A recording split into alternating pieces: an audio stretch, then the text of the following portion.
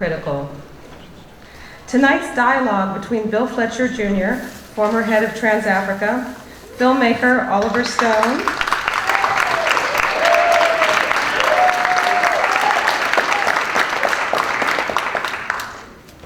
and historian Peter Kuznick is a truly unique opportunity to talk about and reflect on issues of national memory, history, and U.S. foreign policy, not only for people inside the United States, but throughout the world. I come to this event as a historian of the Black Panther Party and of radical Black social movements of the 1960s and 1970s. One of the things that the Black Panther Party did that was remarkable was its ability to generate its own media and thereby to intervene in national debates about both repressive domestic and foreign policy of the US. And it is precisely this ability to not only generate ideas, but to capture the imaginations of large numbers of people and get them to rethink questions of our own shared past as citizens of the US that is the precondition for how to change the present.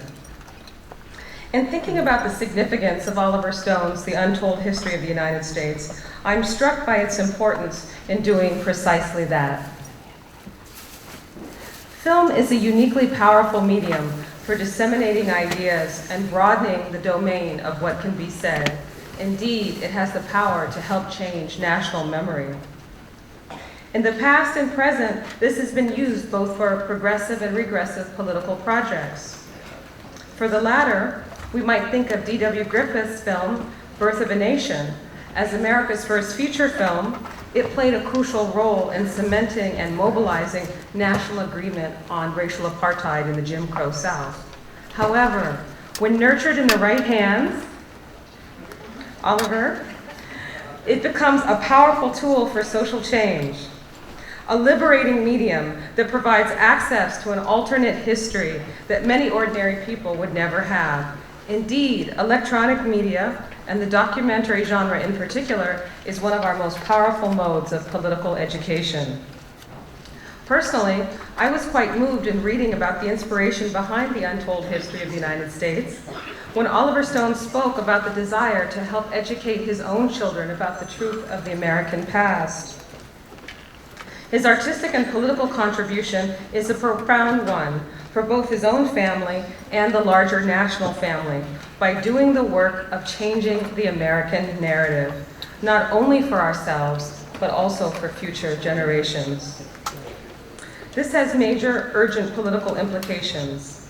To paraphrase a cherished inspiration of the left forum, the goal is not simply to interpret the world in various ways, but to change it.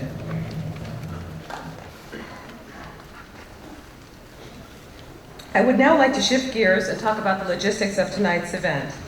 The program will run in the following order. First, we will watch some of the opening clips.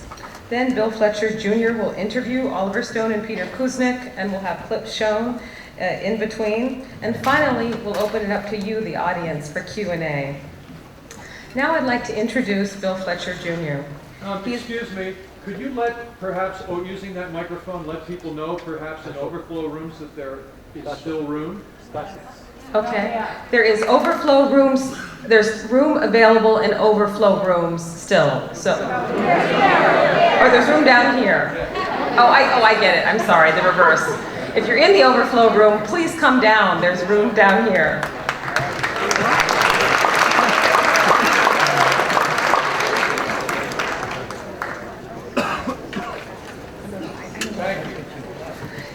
Bill Fletcher is a longtime labor, racial justice, and international activist. He is an editorial board member and columnist for blackcommentator.com and a senior scholar for the Institute for Policy Studies in Washington, D.C. He is the immediate past and president of TransAfrica Forum and a founder of the Black Radical Congress. Fletcher is the co-author with Fernando Gapacin of Solidarity Divided, The Crisis in Organized Labor and a New Path Towards Social Justice. And his most recent book is the very timely, They're Bankrupting Us and 20 Other Myths About Unions. Bill Fletcher Jr. was formerly the vice president for the International Trade Union Development Programs of the George Meany Center of the AFL-CIO. And prior to this, he He served as education director and later assistant to the president of the AFL-CIO. Fletcher got his start in movement building as a rank and file member of the Industrial Union of Marine and Shipbuilding of America. Combining labor and community work, he was also involved in ongoing efforts to desegregate the Boston building trades. He later served in leadership and staff positions in District 65, United Auto Workers, the National Postal Mail Handlers Union, and Service Employees International Union, SCIU. Fletcher is a graduate of Harvard University and has authored numerous articles and speaks widely on domestic and international topics, racial justice, and labor issues. Next, Greg Wilpert will introduce our two guests of honor, Oliver Stone and Peter Kuznick. Greg Wilpert is a longtime Latin American solidarity activist and political sociologist who first got to know Oliver Stone through the 2010 film South of the Border, a documentary about Venezuela's President Hugo Chavez and other leftist leaders of Latin America. Greg became involved in the documentary because of his work on Venezuela, where he lived between 2000 and 2008. Subsequently, he published a book, Changing Venezuela by Taking Power, and launched the website venezuelaanalysis.com. By bringing together the Left Forum, Oliver Stone, and Peter Kuznick, he played a crucial role in making tonight's event possible.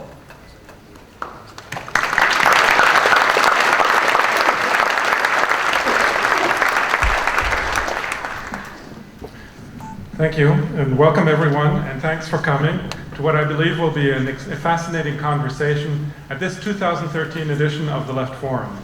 I'm especially excited about this evening's event because I've always been a great admirer of Oliver Stone's work, particularly ever since I saw one of his first feature films, Salvador, while I was in college, and involved in solidarity activism around with the popular movement of El Salvador, working to stop US intervention in that country's civil war.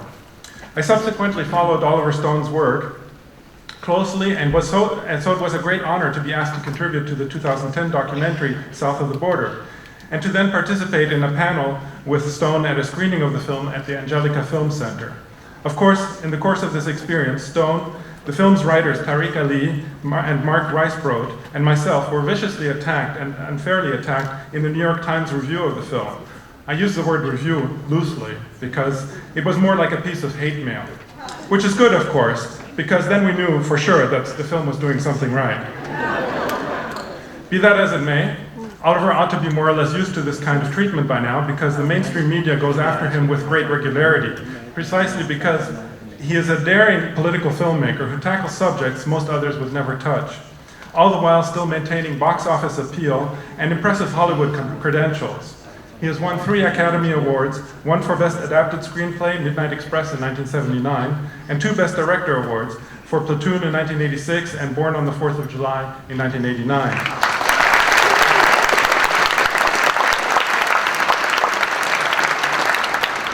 More than that, he is regularly listed among the top 50 English-language film directors of all time, and is usually the only truly political filmmaker on these lists. By political filmmaker, I mean that he takes up controversial political subjects and historical topics and pushes us to think about these events in new ways, at least for those of us who haven't already made up their minds. But he is also a compelling storyteller and dramatist, and thus also someone who manages to get people interested in topics that they normally might not care about.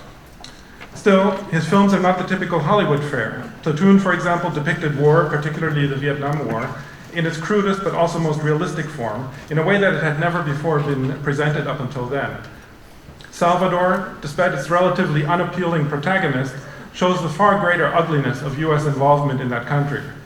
Stone's perhaps most controversial film up to now, and perhaps the most critical of the US power elite, was JFK, which exposed the obscure machinations that manipulate the US political system in favor of the country's ruling class.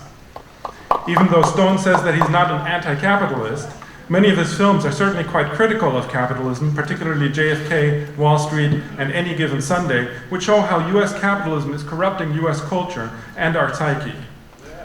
An anti-capitalist such as myself might say that Stone's favoring of perhaps what one could call Jeffersonian capitalism, which is mainly opposed to savage capitalism, is a bit naive. Perhaps we have an opportunity tonight to change his mind on this issue.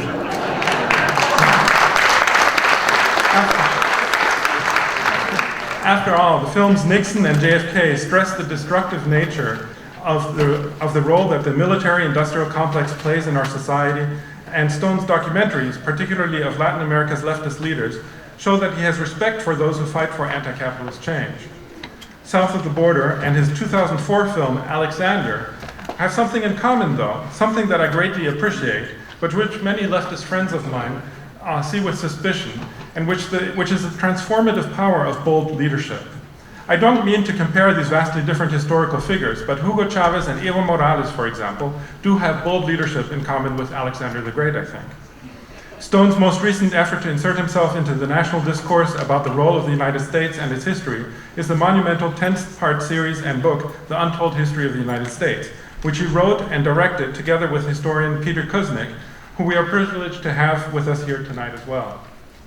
Peter Kuznick is professor of history at American University and is the author and co-author of several books on the history of the nuclear bomb and the Cold War. As a New York native, he received his PhD from Rutgers University in 1984. He was active in the civil rights and anti-Vietnam War movements and remains active in anti-war and nuclear abolition efforts.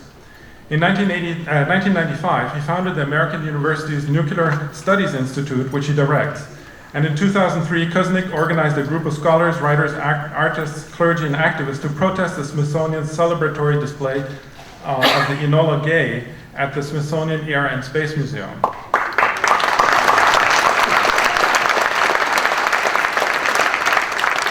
His current projects include a book on scientists and the Vietnam War, and another one that looks at how the evolving understanding that nuclear war could lead to annihilation of life on the planet has shaped the behavior and views of military strategists, policymakers, and the public.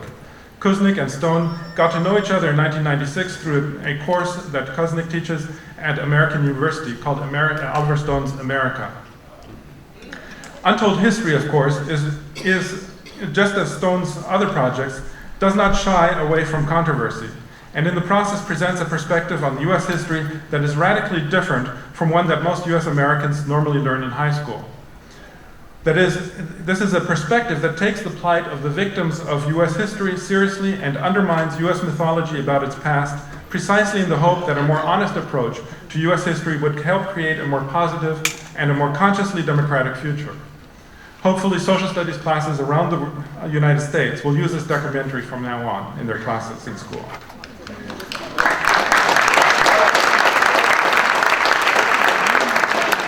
But enough introductions, let us get to the main event, where we'll learn more about this important project. I thus turn over the floor again to Donna Murch. Thank you.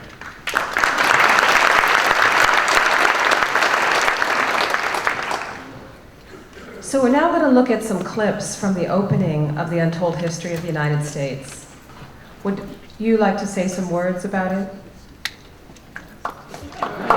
Roll the clips.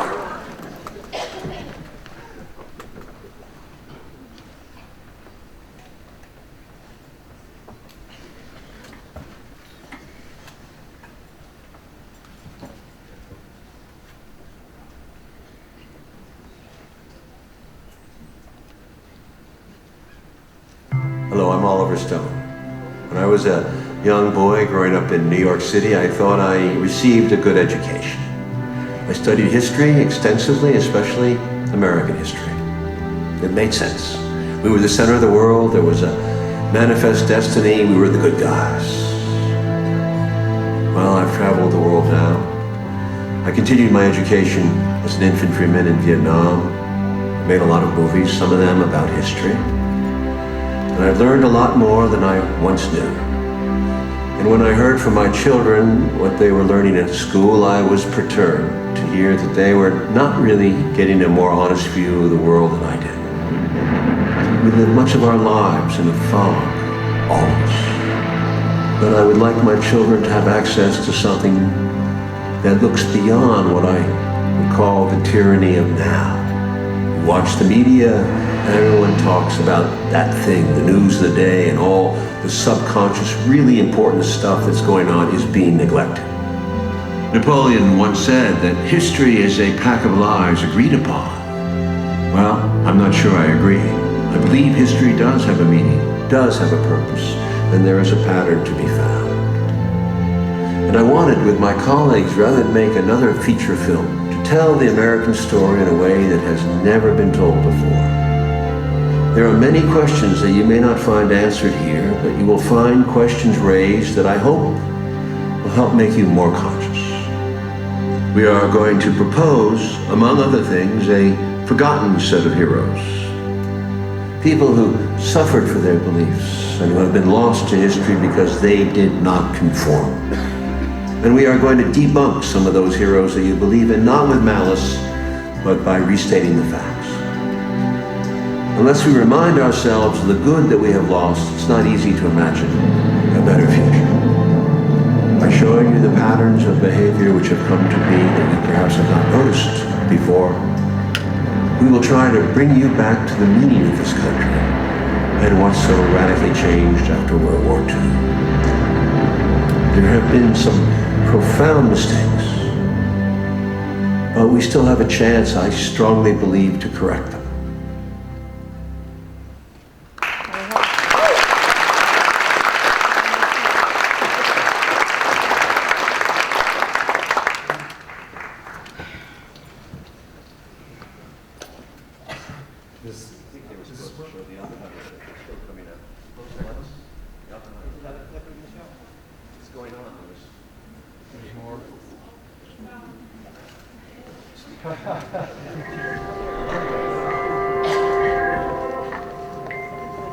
The Sangre de Cristo, or Blood of Christ, mountain range is one of the United States' most remote and primitive landscapes. In an isolated ranch house, the world's top scientists, many of them European, gathered nervously in the chill morning air. Nearby in the darkness, something hangs atop a steel tower, a bomb. Today, they will test it. The test is codenamed Trinity, the inspiration, John Donne, Robert Oppenheimer's favorite poet. One of the premier scientists of his age, Oppenheimer loved literature in the desert of the Southwest. He was a peaceful man who just happened to have created and coordinated the most destructive weapon in all history. Only a few miles away, the project's military commander, Brigadier General Leslie Groves, is the man responsible for building the War Department's gigantic new headquarters in Virginia, known as the Pentagon. He doesn't like relying on unreliable civilian scientists. His career is on the line. Here it is, General Groves. Who told you? That's the first time I've seen it. If you don't mind, I wish you'd hold that under it, because after all, there's about $50 million in that test tube. The automatic controls got it now. Rob, this time the stakes are really high. It's going to work all right, Robert, and I'm sure we'll never be sorry for it. In 40 seconds, we'll know. In the last few minutes, general silence is observed as the countdown begins. 10, 9, 8, 7, 6, 5, 4, 3, 2, 1. At 5:29 and 45 seconds, the bomb detonates.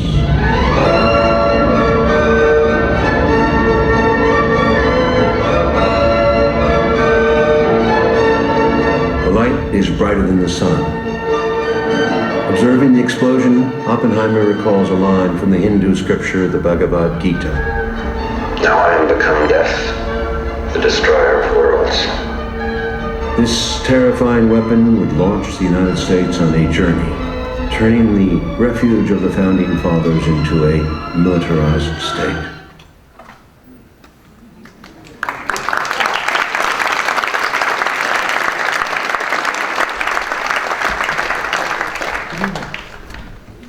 Good evening, everyone. No, it's not. And you're all fired. No, we're not. Oliver, Peter, good evening. When I saw this documentary, I was sitting at home with my wife, and my mouth dropped. And I said, Candace, this is like on mainstream television? Am I missing something? And what inspired this? I mean, where did this documentary come from? Should I go, Peter? Yeah, I was, I grew up conservative and I grew up Republican. My father was on Wall Street, and I went to Vietnam in the belief they were fighting communists. So I'm probably a little bit different from most of you. And Peter was protesting the nuclear bomb way back in the 50s probably, and then he was protesting the Vietnam War. So I reached a place in my life, to make a long story short, Greg Wilpert just summed it up very nicely, but when I did Salvador, when I went to Central America with Boyle in the 1980s, I was, let's say I became progressively enlightened after my experience in Vietnam, but I was seeing Vietnam redux. I was seeing the same behavior, the desire to repress the poor, the reform candidates, the labor, teachers, nuns.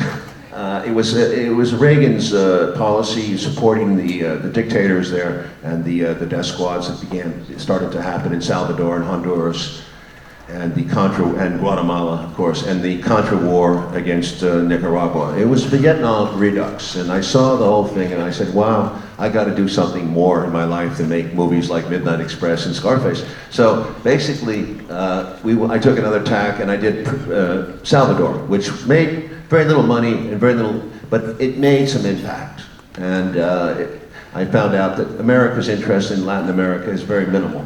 Americans don't go to movies about it. That's just a fact, documentary or fiction. But I made it anyway, and I'm very happy with the result. Very proud of that film. But then I kept, thank you.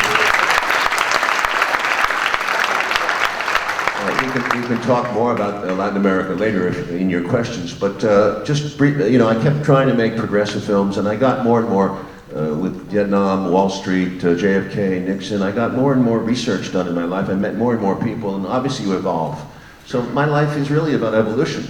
And I reached this place when George Bush was in office for that second four-year term, when I was just had enough. It was up to here. I said, I can't go on making only movies, because I know too much now. I've seen too much in my lifetime. I grew up under the atomic bomb, the shadow of it, which is where I wanted to start this thing. So I wanted to go back with the remainder of time and energy that I had left and really do a documentary, because I've been accused endlessly of distorting the truth in my dramatic histories. So I wanted to go back and do it documentary style, with fact checks, which we did 3 of, and put it all down from 1900 to now. We actually have 12 hours, which was going to come out on DVD in October. But this is the story of the mask coming off. And this is the way I see it. And Peter sees it, because Peter and I had been friends since 1996. And he told me, I was very fascinated by the atomic bomb, the real story, because I'd always accepted the cop-out that the United States had to drop the bomb, that World War II ended triumphantly because we dropped the bomb, etc. So Peter told me this incredible story about not just the bomb, but the origins of that Henry Wallace story that seeds back to 1944. And you have to think about the possibilities if Wallace had been elected. Peter, you have a different political history. Yes. How did you engage in this? Well, my history is the opposite of Oliver's. I come from a New York Jewish left-wing family. I became very active in civil rights I joined the active civil rights movement when I was 12 years old. Became active in the Vietnam anti-war movement in high school. So I was an activist from the very beginning. And I never lost that activist edge. What I did is I turned it to some extent into my scholarship and into my teaching. So the ideas that Oliver and I are showing, I like to see this as a confluence between his work and my work. Because I see, when I decided in 1996 to teach a new course called Oliver Stone's America, I saw back at that point some of the kinds of messages that I wanted to emphasize in my teaching. when I could show that clip from JFK, the Donald Sutherland monologue there, that's brilliant. And that opened up for me a whole new understanding of documentary filmmaking, but also feature filmmaking, that Oliver could convey that much information, that much radical information in an enormously popular, successful movie like JFK. So it looked to me like that was a possibility that I hadn't reckoned with before. And then in films like Wall Street, you say that Oliver is not anti-capitalist in that sense, but the critique he has in Wall Street of American capitalism is really very profound. And it feeds into a lot of what the Occupy movement says, and a lot of what those of us who are democratic socialists believe about the economy. And I saw Oliver's films. Salvador does the same thing. These are radical critiques of American society. So even though Oliver says he wasn't there yet himself intellectually, he was clearly moving in that direction, as I was, because this is what I was teaching for 25 years. So I think that our ideas merged. And when in 1996, over dinner, after Oliver came to my class, I laid out this vision. I said, Oliver, this is an idea for a movie that you've got to make at some point. And I talked about how close Henry Wallace came to being back on the ticket as vice president, and what would have happened if Wallace, who was the most radical man ever to get close to the presidency, had become president in 1945 when Roosevelt died instead of Truman. That opened up all kinds of new vistas. And we weren't able to make the feature film back then, but we kept on talking about this over the years. We stayed friends. And then in 2007, we're having dinner in DC, and Oliver says, let's do it. Let's do a documentary. And at that point, we thought, at least for a few minutes, we were going to do one 60 or 90-minute documentary about Henry Wallace and the atomic bombing and the origins of the Cold War. By the time I went to see Oliver 2 weeks later in New York to map it out, Oliver said, no, let's do a 10-part, 10-hour documentary film series. I was on sabbatical. I thought this was going to take maybe a year and then it would be over. We worked on this almost nonstop for 5 years. And we ended up doing 12 episodes. When we released the box set in October, and Warner Brothers is going to do it at the least as inexpensively as possible, because we want a mass audience for this, we're going to show all 12 episodes in the box set, which includes our work that takes back to the late 19th century and goes through the origins of World War II, because that period is very important also. But most of this is going to start, as you see here, with World War II and with the atomic bomb. The first episode is really about World War II. This was on Showtime. How did you pull that off? I mean, how were you able to convince I'm serious, how were you able to convince a mainstream? Frankly, I don't know that it would ever have, no, it could never have been on network, there's no way. But as you know, network is all advertising, it's infomercials. Right. The Showtime is a premium cable. They had not done documentaries. They took this one, I really do think, on the power of my reputation. And they could get it at a price. We had financed it. With private sources, and much of them from South America, some from the United States. But we had Showtime Advance, and then we had a Fremantle, which is an English sales company, Advance. So out of that, we pieced together an expensive documentary.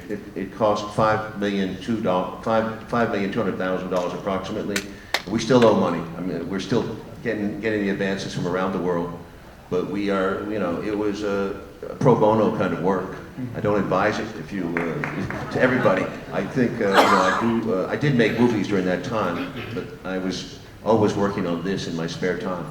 So it was a miracle. They took it because the guy was a progressive. Was ahead. They had a change in administrations. A new man came in and he supported it. They didn't do much advertising, let's be honest, but at least we got 1.1 million viewers a week on a premium cable, and that got a platform. We did not get reviewed well by the mainstream at all. We got excellent reviews in the progressive press and some, you know, interesting notices in the right-wing press, but the center, very little interest. I want to come back to that actually about the reviews in just a second. But what were some of the challenges that you faced, either with Showtime or just in general, in terms of putting this together? A huge job. I mean, the archive, it's all archive footage except for film footage. There's no talking heads. So it's got to flow, and we only have 58 minutes to tell a decade pretty much. So it was the writing and the rewriting and the fact-checking. Oh my God, even Peter was making mistakes and we were catching him. There were so many, sometimes I'd be I'd be I'd get very poetic and over dramatic, and Peter would cut me back, and sometimes, he would go on about Reagan forever, and I'd say, let's cut that out. I think in chapter 2 we got carried away. We tried to make all the Poland happy. You can never make Poland happy, so we had a little bit too long on Poland. It's that balance. It's a big picture. You got to have a big picture sensibility. You have to omit. There's so much great detail you have to omit. It's like writing a feature in 2 hours. You've just got to be very disciplined, and that took a lot of time and work. But the archive footage, by the way, comes from 5 different countries, and Rob Wilson did an amazing job of collecting it. It was a real guerrilla unit. We were not expensive. My model was World at War from BBC 1971. That was a great series about World War II, although it was anti-Soviet, but they had a great series. They did a great job. But they had a staff of 50. We had a staff of about 5 to 10 people at various times. Before we see another clip, what struck me in looking at the whole series is that you seem to identify, or aim to identify, pivotal moments, which you see as pivotal moments, particularly since in the aftermath of World War II. And can you just say a little bit to the audience about what the two of you see as some of those pivotal moments and why? Well, we also wrote a book that accompanied this, and we wrote an 800-page book, because one of the things that I was surprised to discover was how little you can actually say in 58 minutes and 30 seconds. The initial drafts that I gave Oliver were 2 to 3 times as long as what we finally were able to put on screen. So then we wrote a book with it. It ended up being 800 pages, but that's after we cut out 150 to 200 pages. So, so just skimming the surface with this, so you have to choose the moments that are emblematic, that really capture what you're trying to say about the entire history.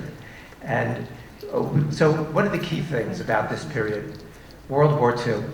What's the story about World War II? We wanted to focus on the myths. We wanted to show people the kind of crap that they were learning in the schools, especially at the universities, as Donna knows. We teach history one way. But in the public schools and on television, in the media, people get a very different picture. So we're trying to puncture those myths. So we start with the myth of World War II. You ask any American, who won World War II? Well, the United States did. What we show in this first episode is that it was not the United States that won the war in Europe. It was the Soviet Union that won the war in Europe.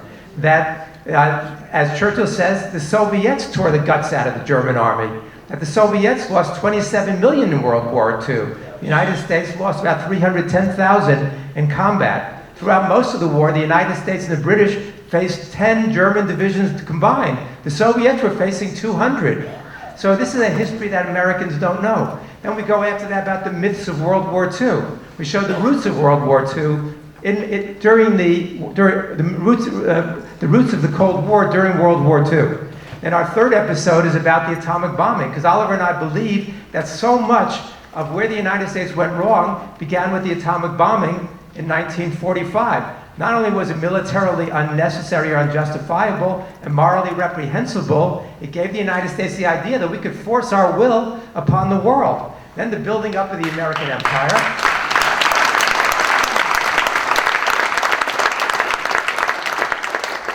Then we show the Cold War in the earliest period. Then we show the Eisenhower period, because the myth about Eisenhower, if you ask people what they know about Eisenhower, they'll say the military-industrial complex speech.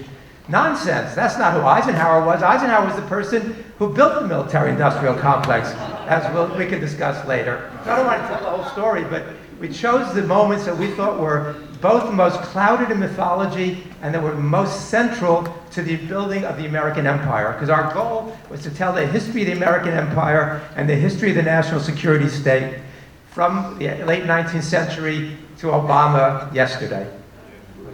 I'll just quickly add, because we're not going to show a clip from Eisenhower. We're going to go ahead to the later era, Lyndon Johnson and Kennedy, at the end of Kennedy and the beginning of Johnson. But just because it'll come back up, under Eisenhower and his Secretary of State, John Foster Dulles, it's fascinating to see how the United States becomes a force for repression of all reform. It starts not with Reagan in Central America, it starts with Eisenhower, with Iran, with Guatemala, with Cuba, with Angola, everything, all the machinations. To Tom Foster Dulles, neutralism was immoral. That was his famous quote. Communism was evil. He said that before Reagan. And his idea, and Eisenhower fully supported him, was to roll back communism everywhere. Indonesia becomes one of the bloodiest stories of that era, or it starts in that era. So it was a devastatingly evil policy that Eisenhower, who's such a nice guy and a grandfather figure to so many people, and was to me and to my father, did so much bad in the world in the name of fighting communism. But as we tried to show, it wasn't communism, it was reform. It was the poor, the desires of the poor, the oppressed, to be free in their own countries. That is what we were against. Eisenhower was solidly in favor of corporate capitalism, and I use the word capitalism with full knowledge of what it was, exploiting the resources of these poor countries and undermining any government that wanted any kind of reform or fair shake. Should we look at another clip? Yeah, why don't we do another clip? Okay. This next clip, which is we have to go in the beginning of chapter 7.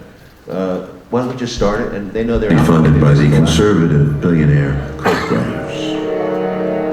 The confused American public, not knowing who to blame for persisting economic hardship, handed the Republicans a sweet life. Welcome to the Left Forum.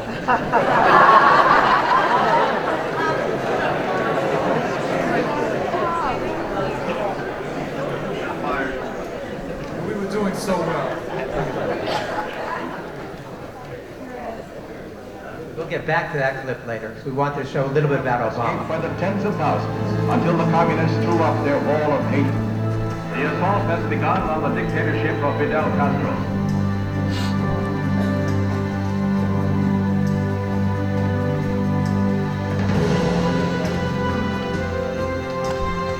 This generation of Americans has already had enough, more than enough, of war and hate and oppression. As I have walked among the desperate, rejected,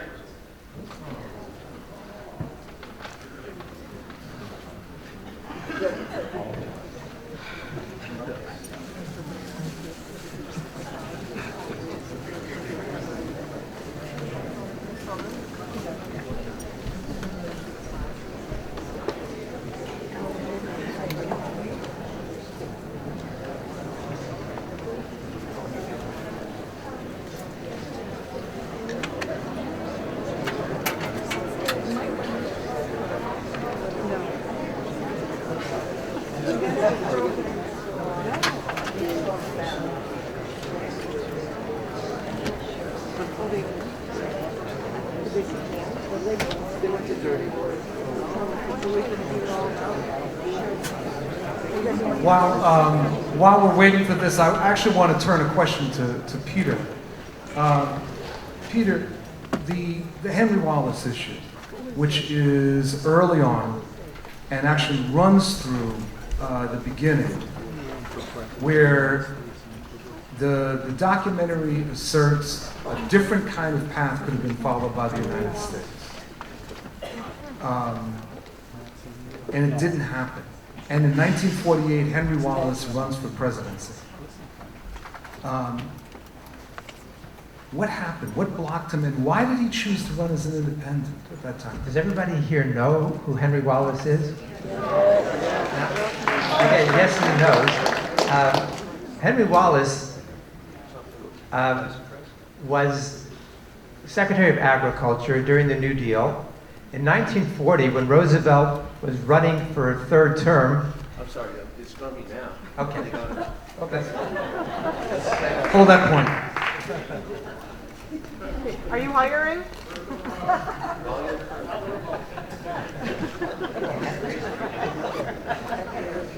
Let us never fear to negotiate. East Germans escaped by the tens of thousands until the communists threw up their wall of hate. The assault has begun on the dictatorship of Fidel Castro.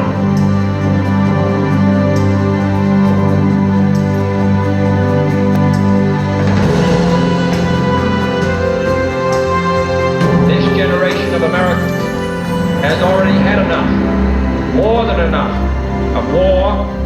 hate, and oppression. As I have walked among the desperate, rejected, and angry young men, I have told them that Molotov cocktails and rifles would not solve their problems, but they ask, and rightly so, what about Vietnam? If America's soul becomes totally poisoned, part of the autopsy must read Vietnam, a nation that continues year after year to spend more money on military defense than on programs of social uplift is approaching spiritual death.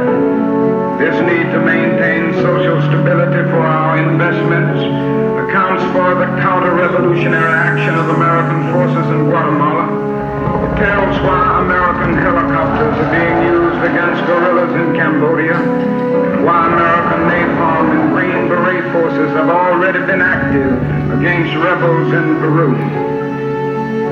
They ask if our own nation wasn't using massive doses of violence to solve its problems, to bring about the changes it wanted. My questions hit home, and I knew that I could never again raise my voice against the violence of the oppressed in the ghettos without having first spoken clearly to the greatest purveyor of violence in the world today,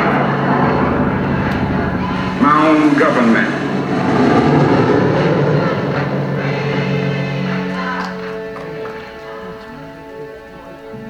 2 days into office, on the Sunday, the day before John Kennedy was buried, Lyndon Johnson met with his military advisors and said he was not going to lose Vietnam. He never agreed with Kennedy's memorandum to withdraw, and 2 days later he issued a new memo signaling the U.S. would be taking a more hands-on approach.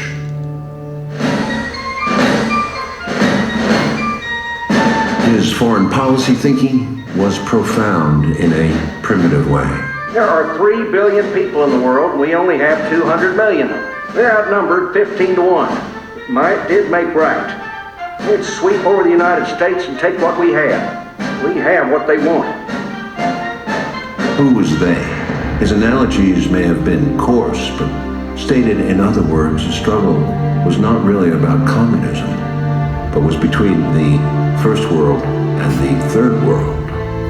Abandoning Kennedy's attempts at reform, Johnson made it clear in the new Mann Doctrine that all Latin American countries would be judged on how they protected the $9 billion in U.S. investments, not on the interests of their own people. The U.S. would no longer discriminate against right-wing dictatorships and regarded military aid as a wiser investment than Kennedy's economic aid. The fifth largest country in the world, resource-rich Brazil, would be the first to suffer.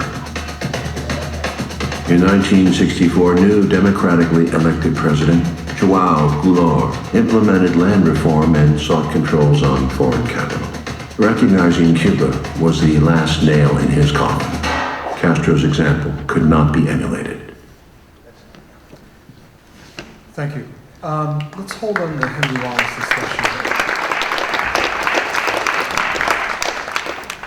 I want to actually go back prior to the events that are covered here on this particular clip. Because the scariest episode for me was the Cuban Missile Crisis. And one of the things that you convey is that there have been several moments when we've been on the verge of nuclear war. And I can remember as a kid the fear that I felt at the time of the Cuban Missile Crisis, and I was very young, but the fear was everywhere. There are moments in there that you discuss, and I would appreciate it if you could take us through what exactly happened. What is it that most people do not understand about the Cuban Missile Crisis?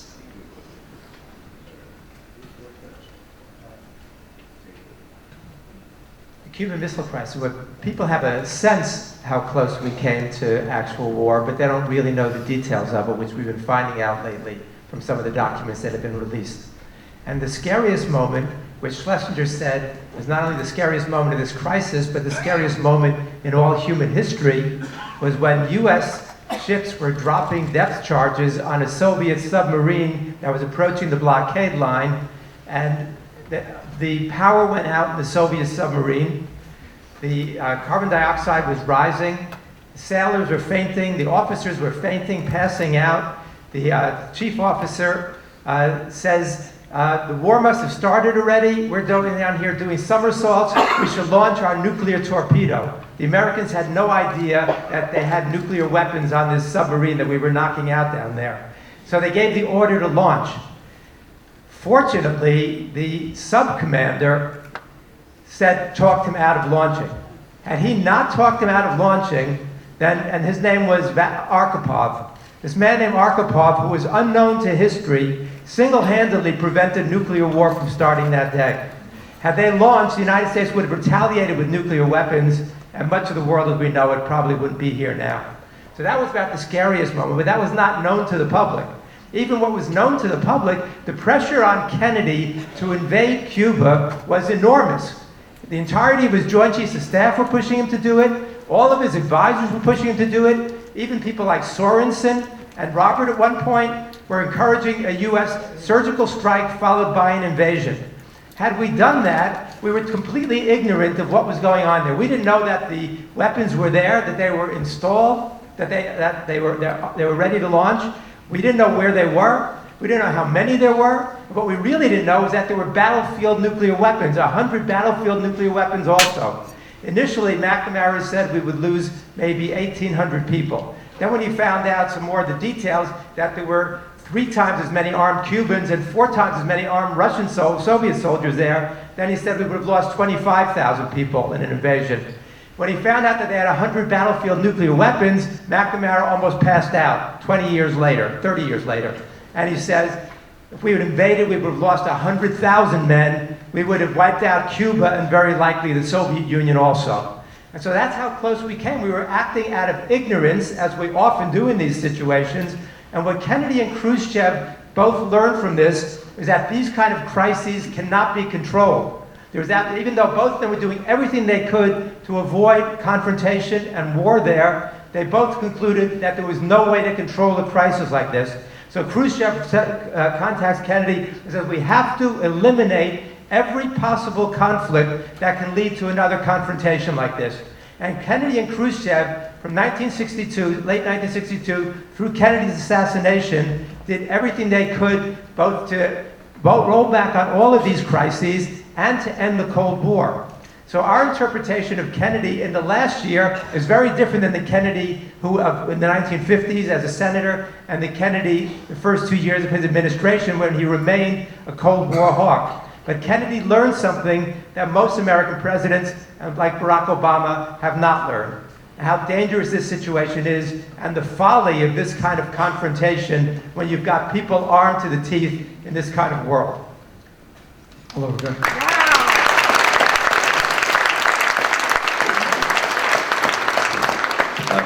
Peter forgot to add one name to that list that was advising him to go into Cuba. That was Dwight Eisenhower, who was the much revered ex-president of the United States.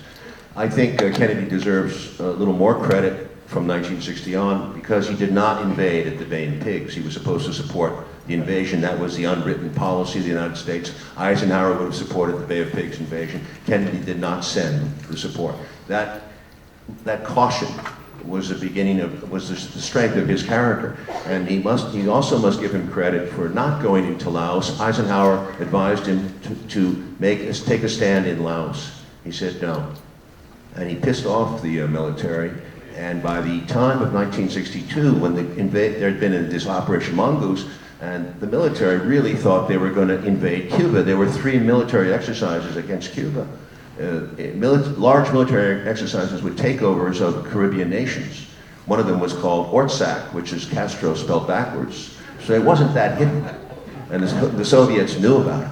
And the Cubans certainly knew about it. So, you know, the whole concept of, even 1962, Kennedy is resisting this invasion. And that's what leads to the missile crisis. Now, I know Mr. Chomsky wouldn't agree with with our view of Kennedy, and I don't agree with his. But you know, he seems to think that Kennedy is responsible. But who could have stopped this war machine that had been built up in those insane years from 1945 to 1960? Who could have stopped it? How could you become president in an environment like that when we're really primed for war? And Eisenhower left a system on which all the Dr. Strangelove scenario could have happened. He had all the right to launch was divided among the commanders and sub-commanders in some cases. So it was an insane environment. You can't put a stop to a horse that's out of control. But Kennedy had the strength of character and the courage. He was a military man, and he served heroically in World War II in the Pacific. He realized, I think, pretty soon, after he met Lemnitzer and some of the other people on the Joint Chiefs of Staff, that they were dopes. And he said so to I believe, Schlesinger. So, you know, I think Kennedy, and the larger story here, the bigger pattern is that the reason we showed the clip is that there is a significant difference between John Kennedy and Lyndon Johnson, a significant difference. And the whole march, in a few days, you saw it. I mean, Johnson immediately closes down in Latin America, immediately makes his point clear in Vietnam and, of course, against Cuba. And any further dialogue to end this Cold War with Khrushchev is out. Khrushchev is himself removed by the hardliners in Russia the next year. So the whole world tilts again. The larger point being that the same thing happened with Wallace and Truman in '45. A devastatingly tragic moment. And it will happen again and again. There's a great moment in 1953 when Stalin dies, and the new Soviet leadership offers peace feelers, serious peace feelers to Eisenhower as a new president. Dulles and Eisenhower turned them down. It'll happen again and again. The curve of the ball will break differently. History has shown us that. And it happens, but that gives me hope. It may be sad, yes, we lost those opportunities. Gorbachev comes along and offers these great opportunities in the 80s. 86, and then again with Bush, in the Bush Senior in 89. Bush blows it, man. He really blows it. It's an ugly story. We should get into it later. But these opportunities will come again, and that's what gives me hope. Let me just ask one follow-up. The sense in watching the documentary is that a significant section of the military actually believed that they could win a nuclear war. Is that your conclusion? Well, we know that's the case up to a certain point. Not only did they know they could win a nuclear war, because we had intelligence. That's why when the Soviets launched Sputnik in 1957, Eisenhower wasn't fazed at all. He went out and played 5 rounds of golf that week to show that he wasn't at all upset by that. Most Americans thought, well, that means they can launch an intercontinental ballistic missile, and we're vulnerable. Eisenhower knew that wasn't true because of the U-2 flights, which were top secret, so he couldn't tell why he knew that that wasn't true. But he knew that the Soviets were behind us in every way. Kennedy didn't know that. Kennedy ran on the basis of the missile gap. Kennedy said, Eisenhower has let us down, and we're behind the Soviets in all these ways. Kennedy immediately got Roswell Gilpatrick to do a study for McNamara of what the real nature was of our weaponry versus the Soviet weaponry.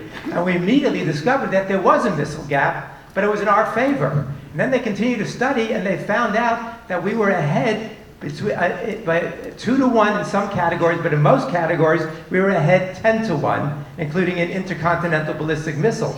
But because we had created this idea of a missile gap, there was pressure on the Kennedy administration to increase the number of our missiles. They finally settled on increasing by 1,000 the number of our intercontinental ballistic missiles. So you're sitting in the Kremlin. You know the Americans are already ahead 10 to 1 in weaponry at that point, and you see that the Americans are going to double what they already have. What did that mean to the leaders in the Kremlin? That meant to them that the United States was preparing for a first strike to wipe out the Soviet Union. That's why, a big part of why they put those missiles into Cuba, for 2 reasons. One was to offset the American advantage in terms of the real missile gap, and the other was to protect Castro because they knew that they knew that the United States was about to invade Cuba, which they were. And so Khrushchev gambled. And it's the same scenario as in Dr. Strangelove, as we show, but he made one mistake, and it's the same mistake that they make in Dr. Strangelove. he didn't announce that the missiles were there. Had Khrushchev announced that the missiles were there and that the battlefield nuclear weapons were there, not only could the United States have no longer invaded Cuba, but could no longer have attacked Cuba either.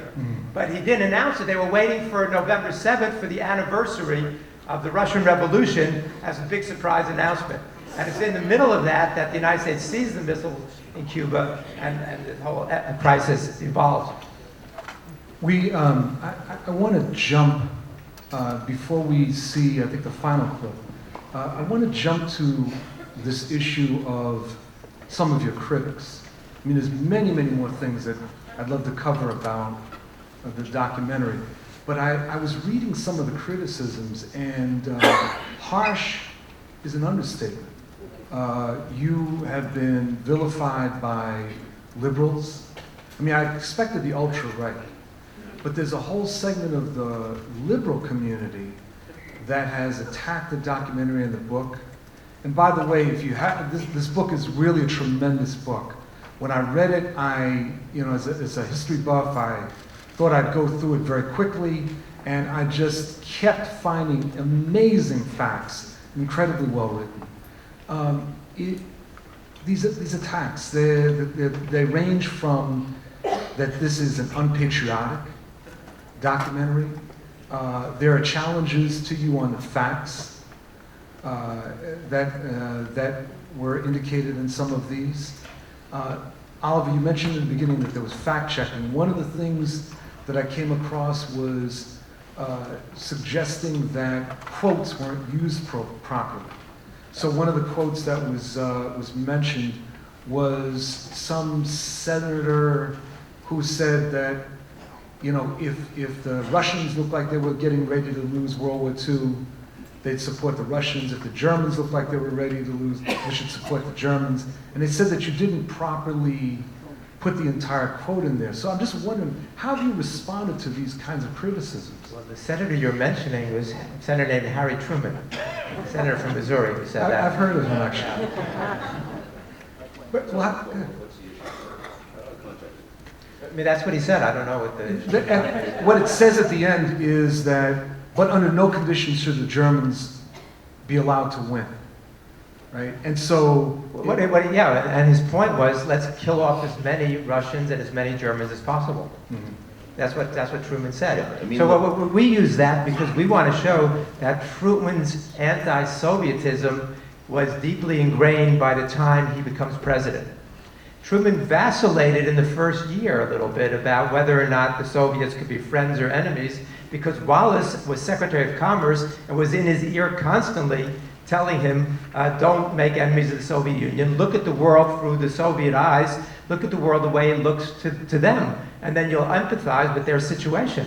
And Truman did listen to that, but he finally takes the advice of Harriman and Jimmy Burns and Forrestal and the hardline Cold Warriors rather than that. And the British are very important in that regard. And Anthony Eden later was very critical of Truman, saying that he broke so completely with Roosevelt's policies. But the issue you're raising is an interesting one to us because we also anticipated getting slammed by the right-wingers, which we have, and we expect to be. But there was another kind of attack, and those were from the Cold War liberals. Now, the Cold War, the main person was a historian named Sean Wilentz. Sean Wilentz wrote a book called The Age of Reagan. In that, he has 167 pages on Ronald Reagan. Of those 167 pages, he's got 2 pages that deal with Reagan's atrocities in Central America. We have 41 pages on Reagan in our book. We have 8 pages of Reagan's atrocities in Central America. He neglects to mention the genocide in Guatemala. I mean, for us, the heart of Reagan's policies was the cruelty, the brutality, the massacres, the genocide, supporting right-wing governments, overthrowing left-wing governments in Central America, as well as the stupidity of his involvement in Afghanistan and building up the Mujahideen and these fanatics who later blow back on us. And Iran. And Iran. So that's a very different perspective. But who was Sean Wilentz? He's a good historian in 19th century America. He wrote a good book about Jackson. But he doesn't understand this period very well. and he's a very strong supporter of Hillary Clinton. Now, Oliver and I are very big critics of Hillary Clinton. We think Hillary Clinton was one of the hawks who helped push Obama to the right as soon as she was in this administration. And she supported the invasion of Iraq. She supported the invasion of Libya.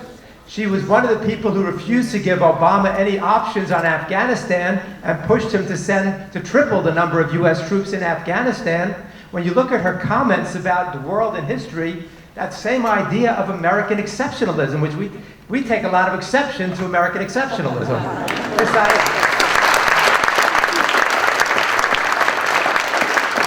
She pushes this idea and says it on a number of occasions that the same as Madeleine Albright. When Madeleine Albright said, if we have to use force, it's because we're the United States of America. We're the indispensable nation. We stand taller and see farther than other countries. Hillary Clinton says the same thing. Obama has said the same thing also. This is a motif that runs throughout a certain view of America's role in the world, and we're very critical of that. And Sean Wilentz is a big backer of hers. So I think that that's the reason why he went after us so viciously, but he's also a Cold War liberal. And who are these Cold War liberals? Those are the people like Harry Truman, who supported McCarthyism. Those are the people who supported US interventions around the world. Those are the people who supported the war in Vietnam. That was not a Republican policy, that was a Democratic policy, much more so. And these are the people who now are creating the United Stasi of America. These are the people who are behind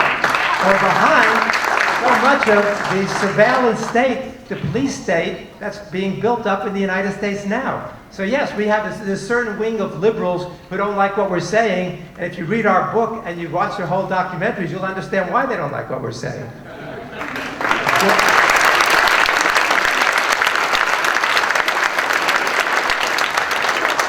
Let me push you on this. Stalin. One of the criticisms that is recurrent is that you allegedly paint Stalin as fairly rational. You undermine, or not undermine, underplay the purges and what happened after World War II. What is your what happened? And I remember in the documentary that when Stalin finds out that Roosevelt had passed, that he was very upset, that he had thought that Roosevelt was a good partner, but the attacks on you regarding this, that you really underplay Stalin and the kind of character that he was. I don't know if I can read this. It's a little small for me, but there's a great statement by Averell Harriman, the U.S. ambassador to the Soviet Union, who's one of the key proponents of the Cold War. And he says, it's hard for me to reconcile the courtesy and consideration that Stalin showed me personally with the ghastly cruelty of his wholesale liquidations. Others who did not know him personally see only the tyrant in Stalin. I saw the other side as well. The high intelligence, that fantastic grasp of detail, his shrewdness, his surprising human sensitivity that he was capable of showing. I found him better informed than Roosevelt, more realistic than Churchill, in some ways the most effective of the war leaders. For me, Stalin remains the most inscrutable and contradictory character I have ever known. That was Averell Harriman. What we do with Stalin here is we are very critical of Stalin.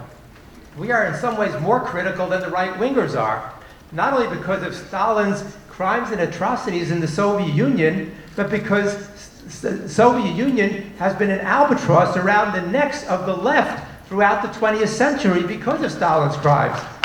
So to those of us who are on the left, Stalin is even more anathema because of what he did to destroy the reputation of socialism. We don't pull our punches. What we do is we give Stalin credit for having won the war in Europe during World War II. We show that as the Cold War was unfolding, the United States was the one who was initiating all of the worst things. Stalin's policy initially was not to create repressive Soviet-style dictatorships in Eastern Europe. Stalin's policy was to have friendly governments in Eastern Europe. It's not really until 47, 48, 3 years into the Cold War, that he puts these repressive governments in place. He knew this wasn't realistic. He said, socialism fits Poland like a saddle fits a cow. And in fact, if he had really been aggressive, he could have had revolutions in France after the war, in Italy after the war, in China after the war. As Churchill says, we made an agreement, Stalin and me, and I gave him Bulgaria and Romania, and he gave me Greece. And he never broke his promise to me. He always stuck to what he said. So Stalin, during this period, wanted to maintain friendly relations with the United States, partly because he wanted the reparations that we had promised, talking about $20 billion reparations figure, half of which would go to the Soviets. He desperately needed that to rebuild. The Soviet Union was devastated by World War II. Kennedy later says it's as if the entire United States east of Chicago had been wiped out, what the Soviets suffered. And so he wanted to rebuild his country, and he wanted to have friendly relations with the United States. We go after that, but that's not the center of our story. We talk about Stalin's atrocities, but that's not the center of our story. The center of our story is the history of the American Empire. But if you see that and you watch all of our episodes, there's no way to say that we were sympathetic to Stalin. In fact, we're harshly critical of Stalin. Do you want to look at the final? Yeah, partly Peter's referring to episodes, prologue A and B, which are coming out in the 12th set, because that is pre-World War II. We deal with the communism versus capitalism argument. We go back to the origins of the Russian Revolution and World War I, which is a mother of World War II, and how the United States invades as part of the 18 foreign armies, I think, went into Russia, in Siberia. And in the 1918, Woodrow Wilson sent troops to Russia. So the Russians from the beginning, viewed us as a capitalistic aggressor. And it was on Roosevelt established relations with the Soviet Union in 1933 only. So we had Roosevelt had a real alliance, a real partnership, the Grand Alliance it was called. And that's what we should mourn, because it disappeared in about 2 weeks after World War II. It's amazing how quick it goes. If Roosevelt had lived 3 more months, the whole world would be in different shape. If Wallace had become president in April 45, the whole world would be different. It's amazing how the curve of the ball breaks sometimes. That was pure bad luck, the way he died so quickly. Before we see this last clip, I want to ask you, I want to pursue this point that you're just making, Oliver. Because at different points you do highlight the role of certain individuals, Roosevelt, Wallace, etc. But my question is, are you putting too much on these individuals? I mean, in other words, I think that the record is fairly clear in terms of Wallace, what Henry Wallace stood for, but there are other factors that are at play when these individuals get into office. And had Wallace been elected president or taken over as vice president or been elected in 48, why should we believe that things would have fundamentally changed? I mean, what I wondered in watching this is one vicious country.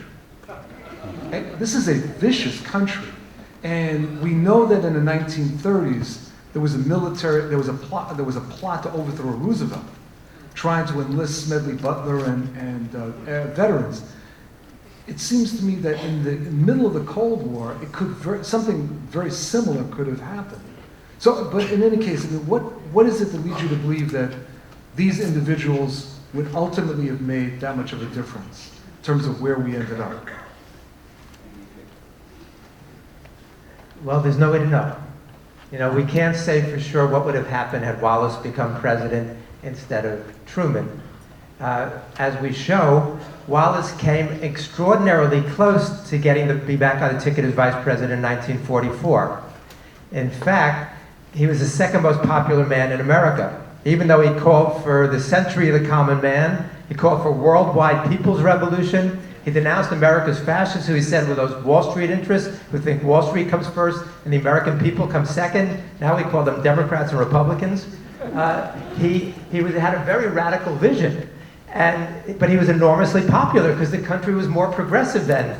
We were fighting a war against fascism and German and Japanese militarism. Gallup released a poll on July 20th, 1944, the start of the Democratic Convention, that asked potential voters who they wanted on the ticket as vice president. 65% said they wanted Henry Wallace as vice president. 2% said they wanted Harry Truman. But the convention was stacked. But Wallace gave the seconding speech for Roosevelt that opening night. The place went wild, even though the party bosses thought they had it controlled. 45-minute demonstration led by people like Hubert Humphrey and Adlai Stevenson. And in the middle of that, Claude Pepper, the senator from Florida, nicknamed Red Pepper because of his politics, he makes his way up to the microphone, knowing if he could get Wallace's name in nomination that night, he'll sweep the convention and be back on the ticket as vice president. Pepper got literally 5 feet from the microphone when the bosses managed to adjourn the convention that night. And so that's how close we came.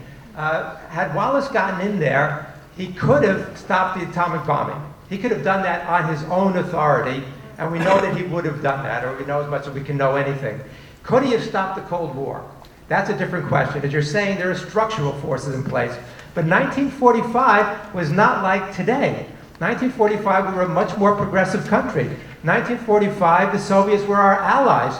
They were lionized for having just won World War II. They were the ones the reason why the British weren't speaking German was because of the Soviet Union. And people understood that at that point.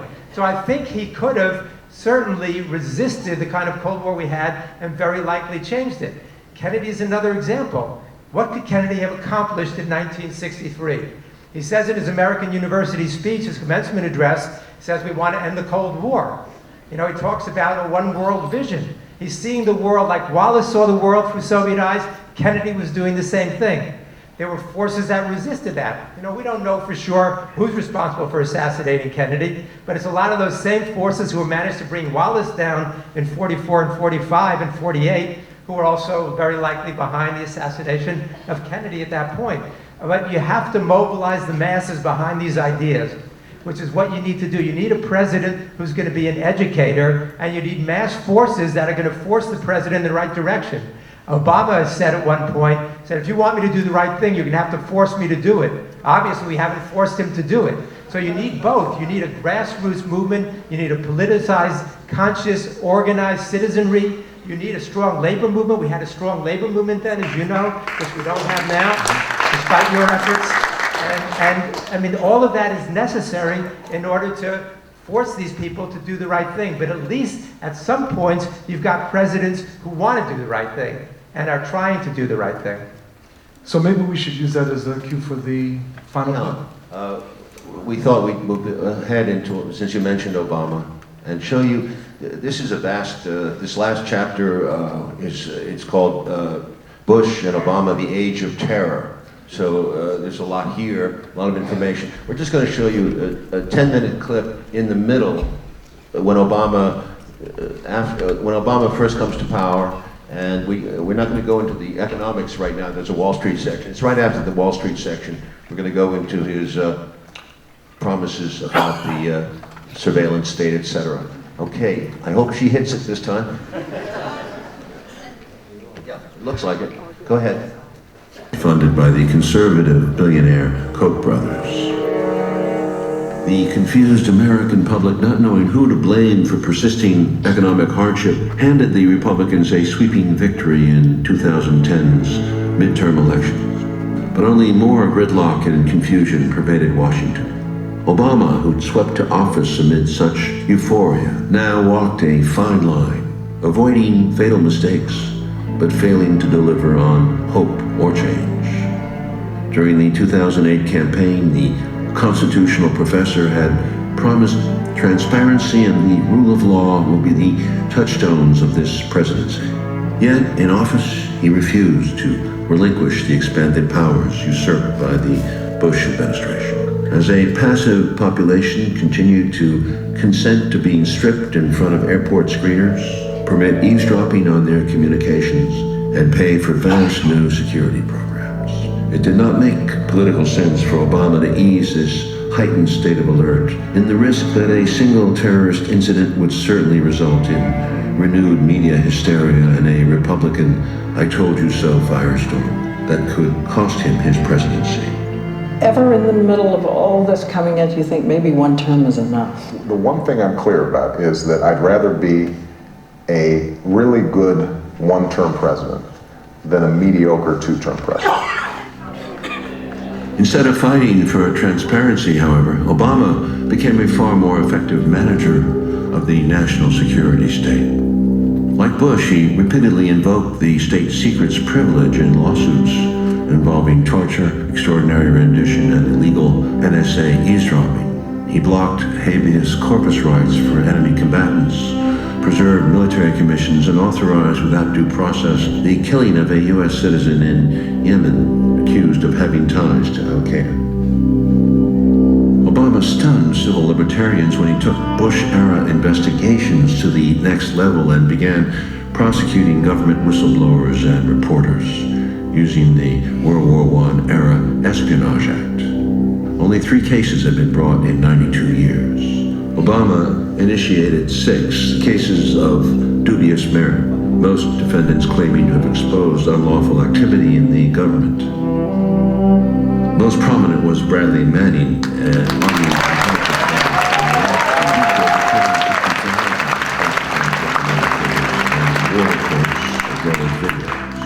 distributed by WikiLeaks, a non-profit whistleblower media organization. These revelations of U.S. war crimes in Iraq and Afghanistan and U.S. support for dictatorial regimes in the region proved to be a significant catalyst for the Arab Spring uprisings in Egypt, Tunisia, Yemen, Libya, and Bahrain. Nonetheless, Obama's administration has severely impaired the operation of WikiLeaks and threatens to prosecute its co-founder. These actions send a clear message to all whistleblowers. Commit war crimes like Bush and Cheney and you walk free. Expose them and you risk careers and huge fines. Or, like Manning, you rot in jail. One of the leading defenders of the new standards of conduct, Jack Goldsmith, former head of the Bush Office of Legal Counsel, reassured Cheney and other anxious neocons in an article saying that Obama was like Nixon going to China. The changes he had made are destined to fortify the bulk of the Bush program for the long run. This was a new shadow world. In 2010, the Washington Post called it an alternative geography of the United States, a top-secret America hidden from public view. Almost 1.5 million people had top-security clearances. More than 3,000 government and private security corporations existed. 1.7 billion emails and communications were intercepted and stored every day by the National Security Agency. Political commentator and constitutional lawyer Glenn Greenwald first described this truly radical change in our world when he wrote, "The core guarantee of Western justice since the Magna Carta was codified in the U.S. by the Fifth Amendment to the Constitution. No person shall be deprived of life, liberty, or property without due process of law." He might well have added the Fourth Amendment to the Constitution, the right to privacy and protection against unreasonable search and seizure. Without due process and the right to privacy, each of us is essentially living at the mercy of the surveillance state. All this in the name of stopping a terrorist threat blown wildly out of proportion.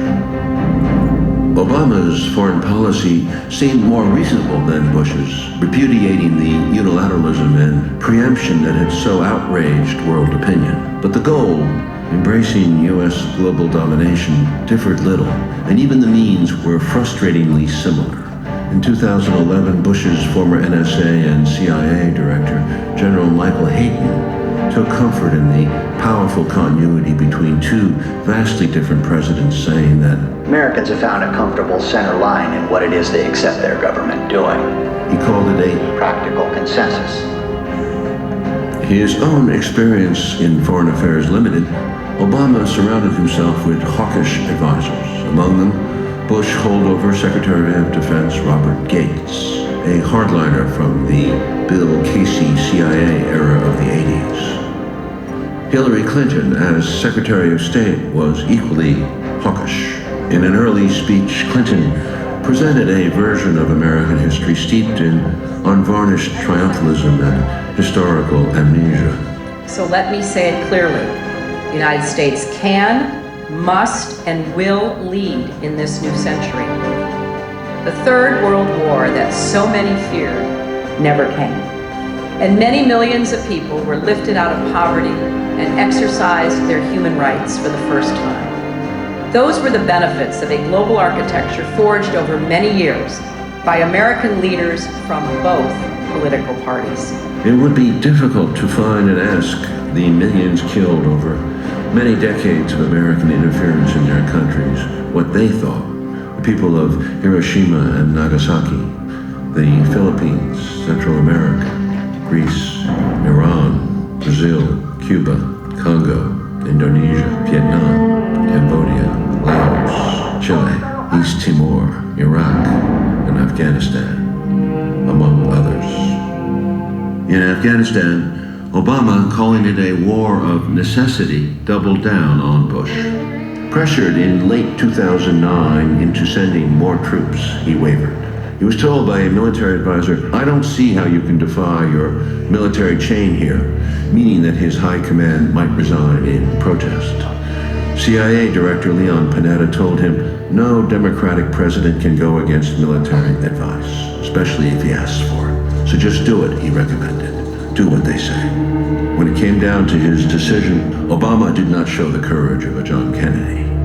In December, he announced another 30,000 troop increase to reach almost 100,000, about the same number the Soviets had deployed in their disastrous invasion of Afghanistan. He announced the troop increase at West Point, reminding the cadets that the U.S. had invaded Afghanistan because it had provided sanctuary for al-Qaeda. But he neglected to mention that most of the preparations for 9/11 took place not in Afghanistan, but in apartments in Germany and Spain and flight schools in the U.S. Or that only 50 to 100 of al-Qaeda's 300 cadre were actually left in Afghanistan, and that most were now in Pakistan, an ally. That the president waging two wars would receive the Nobel Peace Prize that same month was surreal in the first place. But when the world heard Obama's defense of American unilateralism and preemption, the meaning of the prize had been diminished, as it had by Kissinger 36 years earlier. I believe the United States of America must remain a standard bearer in the conduct of war. That is what makes us different from those whom we fight. Obama feared getting bogged down in Afghanistan as Johnson had in Vietnam. What the backward, dirt-poor, overwhelmingly illiterate Afghans needed was economic aid, education, and social reform. The U.S. spent $110 billion on military programs in 2011, but only $2 billion for sustainable development. With big U.S. money floating around as in Vietnam, corruption reached epic proportions. Mistrust between the supposed NATO and Afghan allies soared. The U.S.-backed President Hamid Karzai announced that he would support Pakistan if it should go to war with the U.S. By 2012, Afghan soldiers and police were killing U.S. troops with such increasing regularity that the forces had to be increasingly separated. Meanwhile, bedraggled, demoralized U.S. forces left Iraq in December 2011. Almost 4,500 U.S. troops would not come home. More than 32,000 wounded, many of them severely. Iraqi death counts range from 150,000 to over 1 million. 2 million Iraqis fled the country. The irony was exquisite. And deposing the Sunni Hussein, the United States had turned the new Shiite-dominated Iraq into a valuable ally of Iran, which ended up the war's biggest winner. Bush officials had estimated the Iraq war to cost $50 to $60 billion. Rumsfeld had called anything above $100 billion baloney. By 2008, when Bush left office, the U.S. had spent some $700 billion on the war, not including long-term care for veterans. Economists project total long-term costs as high as $3 trillion. Obama welcomed the troops home at Fort Bragg, North Carolina, ensuring that the end of the war would be as dishonest as its beginning. but we're leaving behind a sovereign, stable, and self-reliant Iraq. Unlike the old empires, we don't make these sacrifices for territory or for resources. We do it because it's right. Never forget that you are part of an unbroken line of heroes spanning 2 centuries. To your grandparents and parents who faced down fascism and communism, delivered justice to those who attacked us on 9/11. Thus sanctioning once again Bush's lie about the connection of 9/11 to Iraq.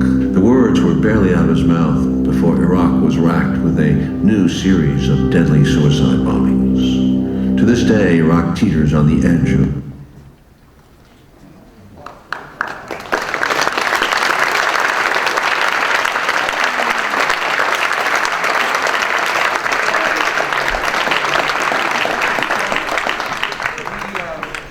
make sure that we have an opportunity to have questions answered, asked and answered, and we have to be out of here within the next 20 minutes, I believe. So, and there's a book signing afterwards, immediately afterwards. So I just want to take the opportunity of thanking Oliver and Peter.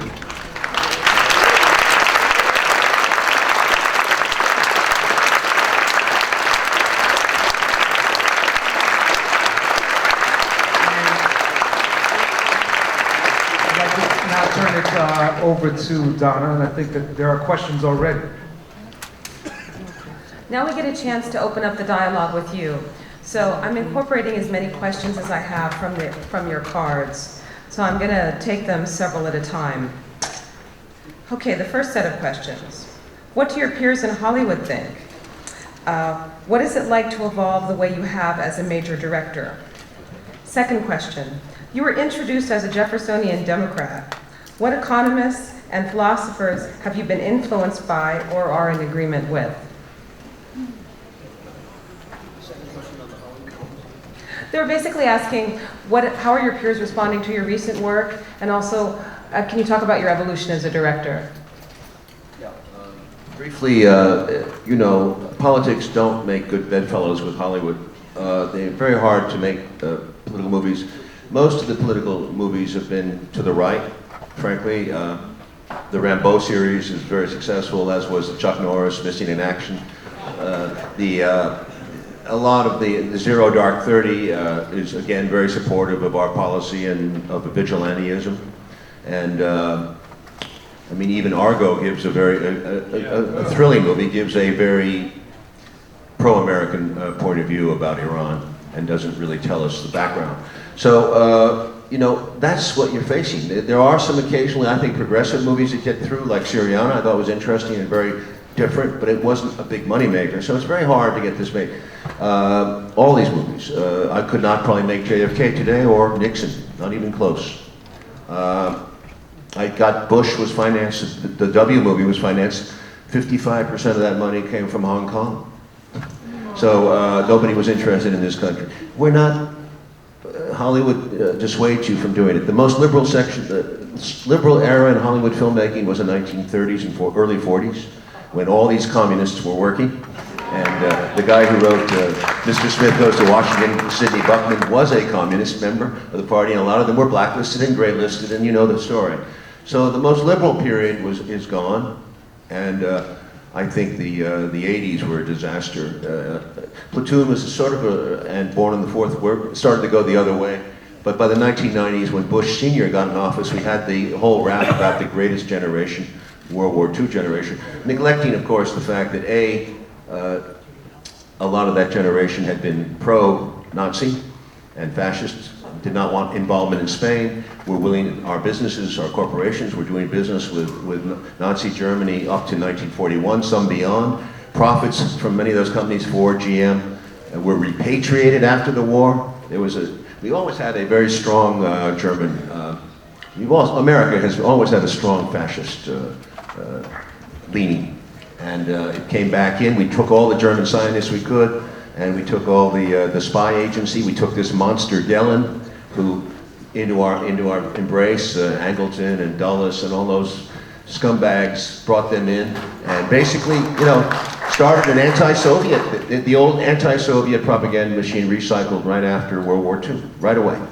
So the films have not reflected that, frankly, and will never. I don't know how to get around it. Money means you have to make people happy, and you have to have a good. The problem with history, in American history, and I'm going to quickly get to a point, is that the kids don't like it, and they don't really care about it because it's so sanitized like a Disney movie. They take all the horror, juicy horror stuff out of history in school, and you don't get this kind of history, and the kids get bored because they know it's bullshit. American triumphalism. It's American triumphalism in the movies, it's in the history books, it's all around us, it permeates our culture, it permeates the evening news. It's sad. It's sad that we're living in this warped vision of the world. It's a bubble. I can't do much business there if I talk like that and do like that, but I have to get my message out this way. This movie was not really been seen. It's a premium cable. Some people really like it, and I have to say some very big people, wonderful people, really appreciate it, but it's not really known yet, and I hope the DVD in October will get more and more adherence to it, because Peter and I are out to make this a 10, 20-year journey, hopefully to get it into schools. We're trying in California.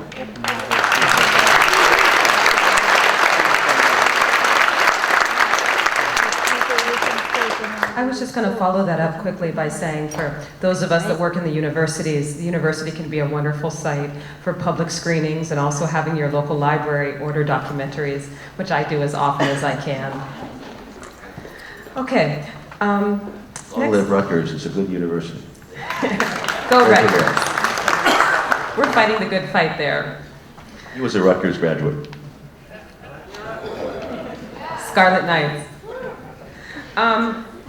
Growing up as an American Indian in the Dinah Nation, I was very skeptical of American history, much as you said earlier. In your research and background for this series and films, what was the most intriguing or enlightening part of American history that you learned that you didn't know before? How did your early experience as a journalist influence your later dramatic work? And what advice do you have for young journalists and filmmakers seeking to find a broader audience for their work in fiction film? And finally, were you influenced by Howard Zinn? I was, yes. I got to know him a bit in his later years, and I was very much admired him. And his work is seminal. Of course, he was supportive of our project, but he unfortunately never saw it to its completion. As to my influences, as I gave you with the earlier version of my life, my influence, my father, conservatism. I thought Castro was a devil. I thought everything, my life evolved. So, I mean, it's been gradual. It's talking to people like Peter, talking to so many people in my life have helped me to evolve my thinking. As to being a filmmaker, the best way to do it is to tell a story, tell it well, make it exciting. You can take a story about the most boring subject in the world, and believe me, it could be nothing more boring at one point than Nixon. And you can, well, I mean, on the surface anyway, and dig deep and get the roots and make it exciting. That's the beauty of, but learn how to be a storyteller. You can take any experience and make it exciting, any experience. What is your vision for this country and the world, and how are we going to get there? There are two more. In what way would you encourage people to use this to organize politically? And finally, in your opinion, which political leader or figure of this generation will be revered in the future? Who will be featured in documentaries years from now, and why? Someone in the audience perhaps will be watching this and will say, I'm always trying to get to that next generation. I made this for my children. My daughter didn't even watch it. But we'll see about that. I think that the next leaders are out there. I always believe the curve of the ball can break differently. And I think the protests are very important. Grassroots movements, crucial. They had a huge influence. Although they were ignored and somewhat in the 1950s when the anti-nuclear movements were seen as minorities, but by the 1960s when they took to the streets after Madison, Wisconsin, And all that anger built up. Johnson and Nixon were convinced, as was Hoover, that this was communist inspired. As we know, it was not. But basically that movement drove Lyndon Johnson from office, and it also made Nixon at least put a pause button up, because he did have far wickeder plans for bombing the North and the South than he actually executed. But they were, and he also took the nuclear threat to Vietnam more than once. So those protests really moved Nixon that he wanted to be reelected. Unfortunately, he was reelected in '72, like Bush was in 2004, and that's what depresses us about the American experience, because we see it in front of our eyes, but we somehow end up supporting the madmen. So it's a shame, because George McGovern would have been a great candidate, as well as John Kerry and Al Gore could have been great presidents, or better presidents. But listen, you gotta, in politics, you gotta be practical. Peter, you want to add? Well, Oliver said that George Bush was re-elected in 2004. We know that that's not technically true. I mean, in terms of our vision and how this is going to be used, we see this as a tool for the movement. We saw this as providing the historical background for the Occupy movement. A lot of young activists, I've found, have little sense of history. And they don't understand the importance of history. They don't understand that each person is guided by his or her own understanding of history. That what people do when they act is based upon a certain view of history and a view of the past. And what we believe is that the constraints, the narrowness of one's view of history limit what one can think about in terms of future alternatives. So if people realize how close the United States has come to fundamentally different historical outcomes in the past, they might understand that the future could be fundamentally different also. Most people, the problem is, compared to the 1960s, there's very little sense of utopianism out there. There's very little belief that the world could be fundamentally different than it is. You gotta be practical. And we gotta be practical, and you have to also have a vision. You have to also have a sense of humanity. You also have the sense that the world, that people can relate to each other in fundamentally different ways than we're doing now. That we can share this planet and have a sense of what global warming means as we're slowly killing ourselves and killing future generations. That our people are capable of that kind of understanding and vision. And if they can see that in the past and have a different understanding of history, we're hoping that they'll be able to use that to create a very different future.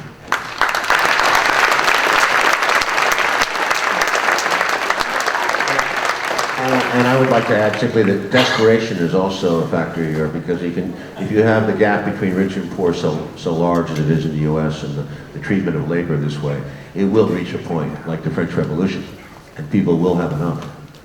So.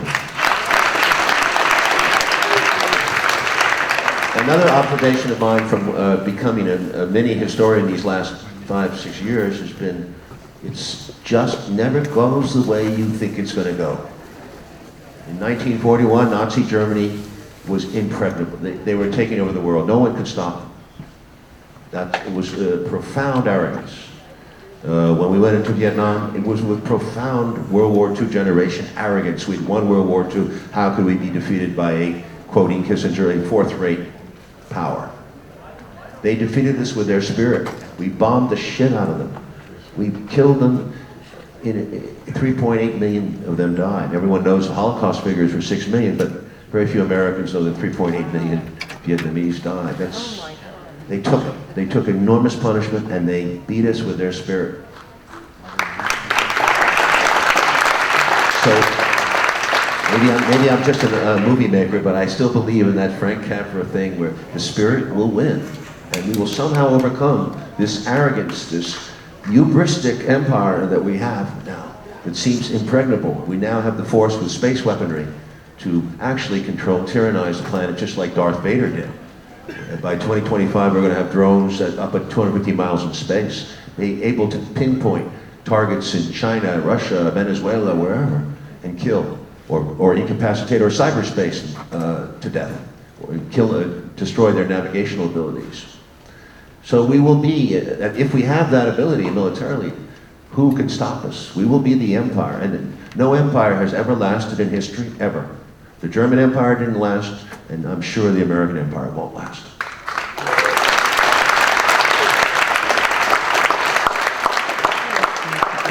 Let me just go on a little bit more what Oliver was saying, because the point is so important that you don't know what's going to happen at any moment. Who would have predicted that a 26-year-old street vendor killing himself in Tunisia would have triggered Arab Spring? Nobody would have guessed that.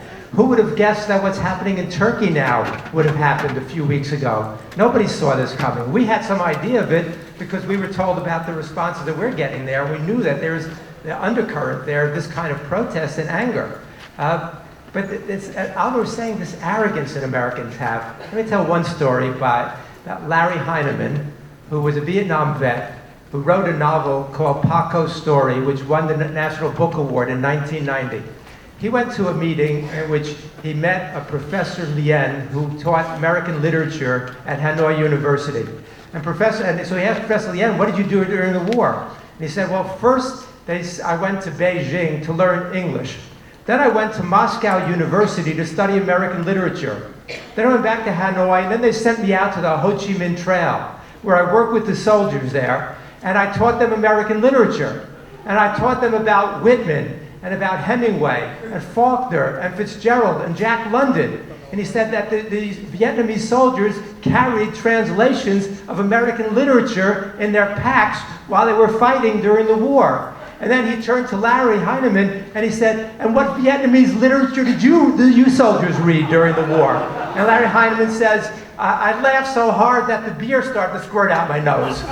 You know, so it's that kind of attitude. The Americans, this colossal ignorance of the world, this kind of conceit and arrogance that's behind so much of these policies. But that we don't know the effects of all these things that we're doing, that Michael Moore, that other people are doing, that the organizers are doing, the Occupy movement. This country could be a lot closer to exploding in a good way than we might realize.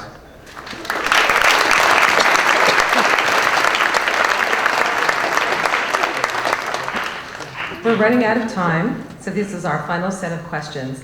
You have many, many fans in the audience who are anticipating both the DVD release and your next project. So this is a genre that there are many questions like this, asking if you might consider making a film on these themes.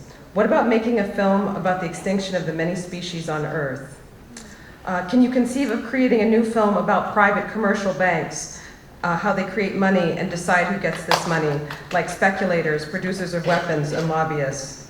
And finally, would you consider doing a film on WikiLeaks and whistleblowers? And to this I would add, what kinds of projects are you envisioning? I don't tell. This lovely lady gave me these cards outside. There's about austerity, tar sands, Goldman Sachs, corporate personhood, healthcare, the military-industrial, the monetary system, NDAA, Monsanto, the prison industries complex, climate change, Wells Fargo, drone attacks, student debt, fracking, ALEC, A-L-E-C, Republicans at the White House, Walmart. You have to understand, I get this all the time. I mean, these are documentaries. You know, one thing I can vow to you is I will not do another documentary right now, because I got to make a feature, and I want to make it juicy and fun and exciting. And I hope you all come.